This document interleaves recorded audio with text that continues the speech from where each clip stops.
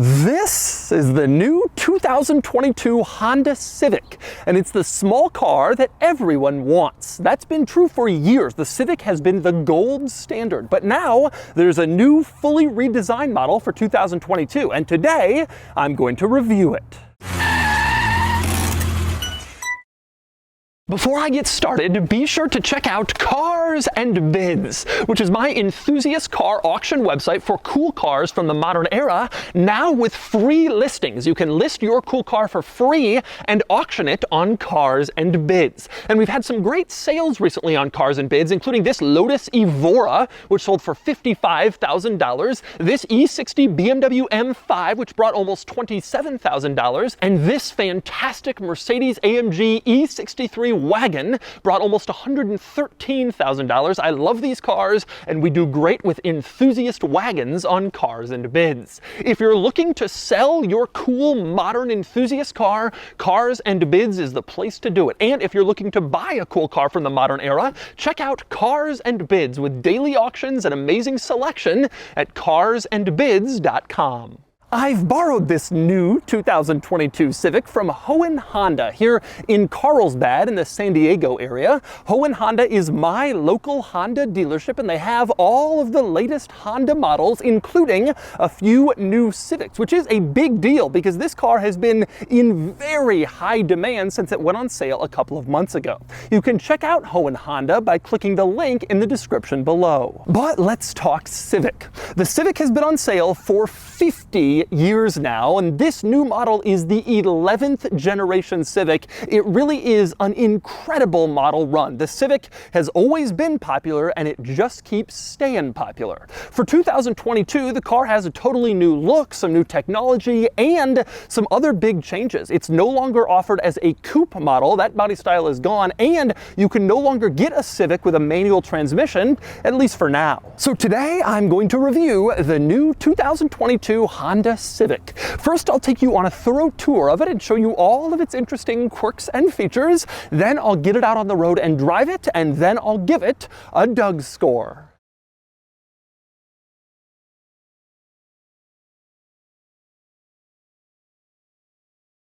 All right, I'm going to start the quirks and features of the new Civic with getting in, and that means starting with the key, which looks fairly normal like a standard Honda key, except you have this little button on it, like a circle with an arrow. That is the remote starter. If the car is locked and you hold down that button, you can see the car will eventually turn on with you standing outside of it. That's a pretty cool feature because if you live somewhere cold, you can have the heat running before you climb inside, or if you live somewhere hot, you can have the air conditioning going before you get in, and that's nice. This isn't a rare feature in high-end cars, but it's nice to see at this price point, about $26,000 for the Civic EX, to have a remote starter. And by the way, speaking of trim levels, for now there are 4 Civic trim levels. The base model is called the LX, then there's the Sport, and then there's the EX, that's this one, and then the top line Touring is like the luxury model. I chose to review an EX in part because this is the volume trim level. A lot of customers are going to buy this one. This is the one that most people will be getting. But next, you climb into the new Civic, and the interior here is mostly what you'd expect. Simple, practical, like previous Civic models have been, although there is one kind of unusual touch you notice right when you get inside, and that is this like grate going across the dashboard the entire way from like the center all the way to the side, and that's where the climate vents are. And the reason they've done it this way is, rather than having individual climate vents, they decided to stick the climate vents behind like this one piece of trim going across the entire dashboard to give it a more cohesive look in this interior, so you don't have like climate vents sort of sticking out in parts of the dashboard like most cars do. This is becoming a really popular design trend for a lot of newer cars. Worth noting though, the entire grate thing is not a climate vent. Instead, you still have the same vents, 2 in the center and then 1 over on the side, and then obviously 1 to the left of the steering wheel as well. It just sort of looks like there's one long vent. They think that that looks a little bit nicer. One other cool thing about these climate vents is the way you adjust them. Instead of using like a little wheel or a dial, you have these cool joystick things, and moving around the climate vents is quite satisfying in the new Civic. and it's something you will want to try if you get in one of these. And next up, speaking of materials in this interior, Honda has done some things to make this a little bit nicer than your typical compact car interior. You have piano black trim on the dashboard below the climate control grate, which looks nice, and in the center console here you have this sort of textured gray black trim, which also looks pretty good. I don't know if they're going for sort of like a faux carbon fiber thing, but regardless, it looks better than cheap plastic would in this spot. And again, it kind of classes up the interior just a little bit, which you don't always see in compact cars. But anyway, next up, an interesting item in this interior, you can see controls for heated seats. That's not all that unusual, except that this car has cloth seats. You don't very often see heated cloth seats, and this car even has manual seats. So manually operated cloth seats, sort of the basic seat you can get, but they're heated. Not too many cars have that unusual combination, but of course heated seats are nice, so it's nice to see that. Now, speaking of the heated seats, the climate controls in the center control stack are pretty nice. They're nicely laid out, and they're nice to look at. They have these silver dials, which look cool. Interestingly, in the middle of the dial, this little display is actually a screen. You can see it adjusts when you adjust the dials, and that also is like a nice, classy little touch. One notable thing with the climate controls, you turn down the air, and you can get it as low as 58 degrees. Most cars default to like low after 63 or 64, but this goes down to 58. You can get it ice cold in the interior of your new Civic. But anyway, moving further up in the center control stack, you can see the screen obviously stuck there on the top of the dashboard. This is like the smaller screen for these cars. If you step up to the touring model, you get a larger, more luxurious screen with more features. But like I said, the EX model, this is the one a lot of people are going to get. This is the screen most people are going to have. And it doesn't have that much functionality. You can see the buttons along the bottom: phone, radio, media. That's pretty much all it can do. There's no navigation component to this. There's no like other apps you can do interesting stuff, whatever. It's a pretty basic, pretty simple screen. And in fact, there's no real home screen to this because you can't really do all that much with it. You're always just kind of on one of these tabs along the bottom. Now, it is worth noting this car does have Apple CarPlay and Android Auto, which is probably how most people are going to be using this screen. So not having more stuff, whatever, not necessarily a big deal, since you can just connect your phone and use CarPlay, which is pretty easy. But anyway, next up, speaking of screens, I'm going to move on to the gauge cluster, which has become a screen in the new Civic. Over on the right, this is the speedometer, and it's fixed in place with a fixed needle, and you can't really change that. But on the left, this is a display screen, and you can adjust it. The tachometer is sort of always present, but you can scroll through various different items in here and see different things like your trip odometer. You can adjust various settings in here. You can see which safety features are on. All that sort of stuff can be done in your gauge cluster screen. I also especially like in here a few interesting ideas. One, there's a menu item you can select that shows you which seat belts are buckled in the car. That's a cool feature. A lot of cars will turn on a little diagram showing you which belts are buckled when you first start driving, but in this one you can go see the buckle diagram whenever you want with this menu item, which is a nice touch. I don't see that very often. Next up, here's another interesting feature of this screen. This car has auto start stop, of course, meaning it shuts down at like traffic lights to save fuel. But if you pull up to a traffic light and it doesn't shut down, a little warning comes on the screen and lets you know why auto start stop can't be activated right now. You can see it says adjust climate control, and then auto start stop will work. So if you get into a traffic light, it doesn't turn off and you're upset, you want to save that fuel, the car tells you why it can't do it. Also interesting. And another interesting feature here is a rear seat reminder, meaning if you open a back door and then close it before you drive off, the car assumes you have something valuable, like a child maybe in the back. And so when you get to your destination, you put the car in park, you turn it off, a little diagram dings in the gauge cluster letting you know, hey, don't forget to check the rear seat. This is a cool feature so you don't accidentally leave a child back there in a hot car, a pet, or frankly anything else. I'm seeing this feature more and more in new cars, but I haven't seen it before in a compact car, and it's cool that the Civic has it. And finally, before I climb into the back seat of the new Civic, I want to talk interior just generally in here. I have to say it's pretty nice. It's not like really nice high-end whatever, but you wouldn't really expect that at $26,000. Instead, what it is what a Civic has always been. Practical, simple, easy to figure out, intuitive, well laid out. There are not a lot of risks in this interior, nothing daring, nothing like cool, but it's nice. It's a good place to be. It'll be a practical, reliable place to spend time for years to come, which is a lot of the reason why people buy these Civics. The new model, same as always, basically. And next up, we move on to the back seat of the new Civic, and I have to say, it is roomy back here, impressively so. I can sit back here very comfortably with my head, with my knees.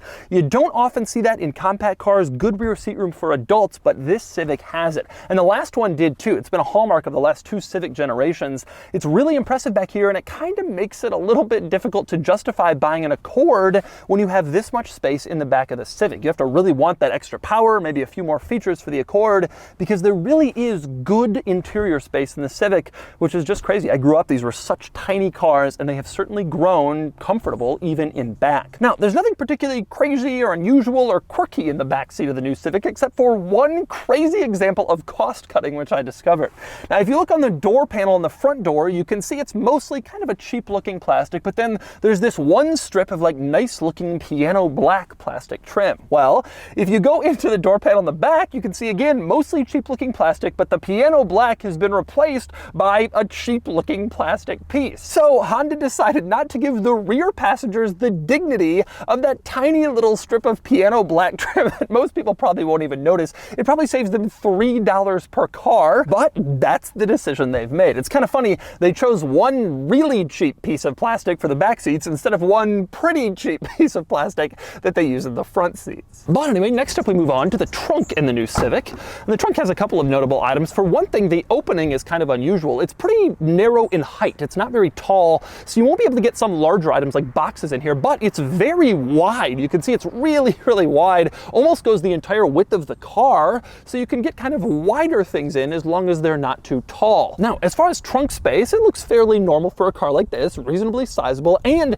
you do have fold down rear seats, which is the other notable thing about the trunk. You can fold the seats from back here. You have these little latches, you can pull them, and then the seat will fold down, so you don't have to go all the way around to the side of the car when you want to load something bigger in back. That's a nice feature to have. Obviously, they're not power operated and they won't come back up automatically, but it's nice to see that back here. Most compact cars don't let you put the seats down from the trunk. By the way, speaking of latches in this trunk, there's an unusual one in here, and that would be the emergency release latch that you can use to open the trunk in case someone kidnaps you in the new Civic. Usually it's like a handle that you pull and it's bright yellow, but in this car it's like this little lever on the inside of the trunk lid. You like push it in one direction and then that will open up the trunk. A rather quirky emergency trunk release latch for a not really all that quirky car. And finally, we move under the hood and you can see the engine. This is a 1.5 liter turbo 4-cylinder. It makes about 180 horsepower, which is a pretty healthy figure for a car like this. Now, this is the upgrade engine. The EX and the Touring have this. The base trim levels have a 2 liter 4-cylinder that makes about 160 horsepower. Even though that engine is larger in size, because it's not turbocharged, it has about 20 horsepower less than this one. And because this one is a smaller turbocharged engine, fuel economy is about the same as the base engine. So here you get about 20 more horsepower without a fuel economy penalty over the base cars, which is pretty nice to have. Now, one item I think is kind of funny in the engine bay, when you open up the hood, this car has a hood prop like cars at this price point tend to, and it also comes with this little warning label telling you how to touch the prop. It says grab the foam part, not the metal itself, and there's even a little arrow pointing to the foam that says grab foam in capital letters. Never quite seen a warning label like that before, and it's kind of funny to see it on there. And next up, outside the new Civic, I want to talk overall styling. This car looks nice, fine. Actually, I think it looks good. It's just clearly kind of an evolution from the prior Civic's design. That's not a problem. The previous Civic was a revolution compared to the one that came before that, so this is just sort of evolving that look, but the drawback there is it doesn't quite look as all new as it is. Fully redesigned car, but has a lot of the same design touches as the old one. Still, it's a good looking car, and that's Honda's goal with these. They sell so many Civics, they can't like take any real risks. They have to make it appeal to a wide range of people, and I think that this one's design will. One thing I do like with the design of this car is the front end, which is aggressive and bold, and it looks pretty cool, cooler than you get in most compact cars. I especially like the headlights kind of pointy, the LED running lights, and the turn signals when they're on. You can see also narrow, thin strip of turn signal, which makes this car look more expensive and kind of high class than it is. But that's my general feeling about the design. Not daring, not exciting, but you didn't really expect it to be. it looks good. And so those are the quirks and features of the new 2022 Honda Civic. Now it's time to get it out on the road and see how it drives. All right, driving the new Civic with my air at 58 degrees. A couple things I want to talk about before I go through driving experience of this car. Number one, I said earlier the new Civic is no longer available with a manual transmission, and that is true. You can only get a Civic with an automatic right now, although the Civic Si and the Type R aren't out yet, and I'm sure they'll be offered with manual transmissions. But it is still notable that you can't get like a base model manual Civic anymore. That car used to be like the bread and butter of the compact Honda lineup, and now it's gone. I do think it's also kind of notable that they're not doing the coupe anymore. That was also a very popular body style for many, many years, also now gone. Buyers are just shifting their tastes, to crossovers, and so Honda is having to kind of adjust the lineup and streamline it for only the cars that people really want, like the sedan and I guess the four-door hatchback. Now, one other item worth mentioning, it's hard to believe, but it has been difficult to find a Civic to review. The chip shortage has been an ongoing problem with manufacturing vehicles, and the new Civic is in high demand. And so these are selling like instantly. And I reached out to Honda for one as a press car. They couldn't get me in one for like 2 months. So I went to the dealers and they said, we don't have them either. It's been tough. So if you got yourself a new Civic, congratulations, you're one of the lucky few. But anyway, driving experience of this car, as expected, not quite on the level of the Mazda 3 in terms of driving enjoyment. It doesn't quite handle like that. It doesn't quite feel like that. And frankly, the interior is a little bit less nice than a Mazda 3. And in fact, overall, I would say if there's one compact car that the Civic doesn't quite measure up to, it would be that one. The Mazda it's a nicer looking car generally. It has a nicer interior. It has a little bit better tech, and it's a little bit more engaging to drive. But the Civic has this amazing reputation for long-term durability that Mazda doesn't quite have, and that's a big benefit as well. And this car is roomier, especially in back. It is quite impressive how much interior room there is in here. But I would say these are the two best compact cars on the market right now, no question about it. Nothing else, in my opinion, even really comes that close. The new Hyundai Elantra is pretty good, but I'd be looking at either a Mazda 3 or a Civic if I was looking at one of these. Now, as for the way it drives, if you've driven Civics before, it's fairly similar to the last generation model. It's not fast, it's not fun, it's not engaging, it's not some excitement machine, but that's never quite been the point of kind of the normal Civic model. It just is. It's a nice, reliable, practical car, and it drives well and it works well. And truthfully, there's nothing bad to say about the driving experience. It's just fine. I just wouldn't say that it's particularly engaging or exciting. Obviously, like I said, the Type R and the SI models will be coming at some point if that's the kind of thing you want, if you want more engagement from this car. But for this, the sort of everyman, lots of people buy these volume car, this works just fine, and it'll be a great vehicle for the vast majority of people who are interested in buying one of these. Now, as for comfort inside this car, it seems about like compact cars tend to be. Seating comfort is pretty good. Honda does a good job with their seats. They're nice and supportive, and they feel good, like they would be good on a long drive. They're cloth seats. They're relatively cheap kind of feeling. They're not like pillowy soft, but I think they're supportive, and I think they'd be good if you don't have the best back. Driving, you do hear some road noise. You do hear some wind noise, but not that much. Nothing compared to compact cars from even a few years ago. These cars have all gotten so good, and this one is no exception. Frankly, it's just a great little car. There's nothing really negative to say about it. It delivers exactly what the Honda Civic has always delivered, which is just simple practicality, and frankly at a pretty good price. There's decent tech in here, and it's a good overall car like all previous Civics have been. And so that's the new 2022 Honda Civic. This is an excellent compact car, maybe the very best one, although interest in compact cars has slowed down a lot recently as buyers are shifting their preferences towards SUVs and crossovers. Still, if you're looking for a great compact car, the new Civic is great. And now it's time to give it a DWGSCORE. Starting with the weekend categories and styling, the new Civic looks fine, nothing special, but nice enough, and it gets a 5 out of 10. Acceleration is normal for a car like this, but slow by sports car standards, and it gets a 1 out of 10. Handling is only okay, and it gets a 3 out of 10. Fun factor is low, that's not really the point here, and it gets a 1 out of 10. Finally, cool factor, and again, not really the point here, it's a Civic, and it gets a 1 out of 10 for a total weekend score of 11 out of 50.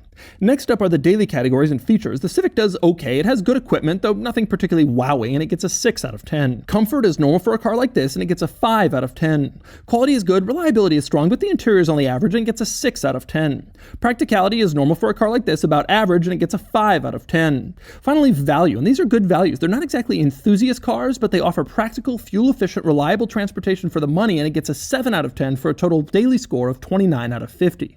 Added up, and the DWG score is 40 out of 100, which places it here against some relevant cars. The Civic beats out the latest Corolla, though it's miles behind the Mazda 3. That's because the DWG score scale is biased towards performance cars, and the Mazda 3 I filmed was a top-trim model with extra power and a lot of tech, and they handle well for compact cars. But if you're just looking for transportation, the Civic still does a fantastic job, just like it always has.